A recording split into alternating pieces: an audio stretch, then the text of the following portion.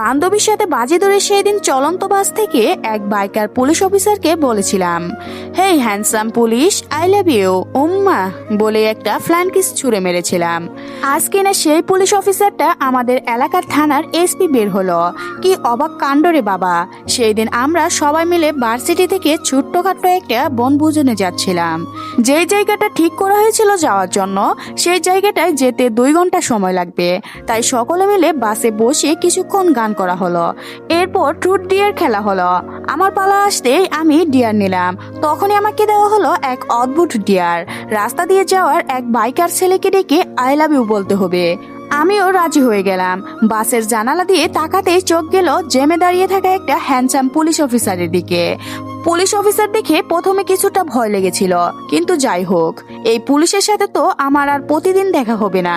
বাংলাদেশে তো আর একটা পুলিশ অফিসার নেই। তাই ঝটপট উচ্চ সুরে পুলিশ অফিসারকে ডেকে আই লাভ ইউ বলেছিলাম। এরপর জাম ছুটে গিয়ে গাড়ি ছুটে গেল। তবে আমি সেই পুলিশ অফিসারের আমার প্রতি বিরক্তমূলক দৃষ্টি দেখেছিলাম। আমার এমন চিৎকার করে কথা বলার আশেপাশের লোকজনও তার দিকে তাকিয়েছিল, কারণ সে ছিল একমাত্র পুলিশ। যাই হোক, আমার এই কর্মকাণ্ডগুলো আমি এক প্রকার ভুলে গিয়েছিলাম। আজকে নিত্যদিনের মতোই ভার্সিটিতে গিয়েছিলাম। তবে যাওয়ার পর জানতে পারলাম এক প্রতারকের কথা। বেটা আমার বান্ধবীকে ধোঁকা দিয়ে অন্য মেয়ের সাথে ঘুরছে, আর আমার বান্ধবী কেঁদে কেঁদে একাকার। আমার সহ্য হলো না একদম। বান্ধবীকে বগাল দাবা করে নিয়ে ছুটলাম ওই প্রতারকটার কাছে।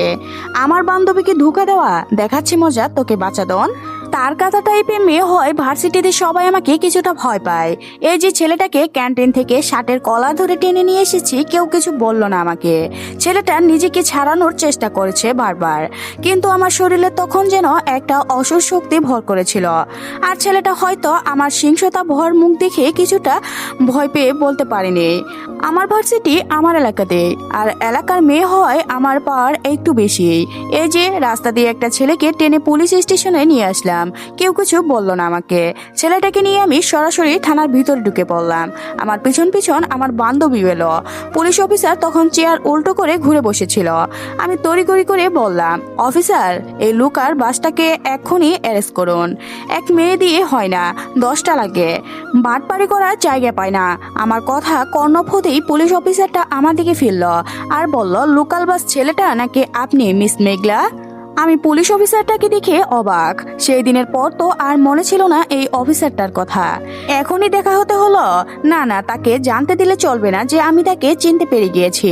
আমি চেহারা স্বাভাবিক রেখে জিজ্ঞাসা করলাম, কি বলতে চাচ্ছেন আপনি? না মানে, একটা ধরা আর আরেকটা ছাড়া তো মনে হয় আপনার স্বভাব রাস্তাঘাটে ছেলেদের আই লাভ ইউ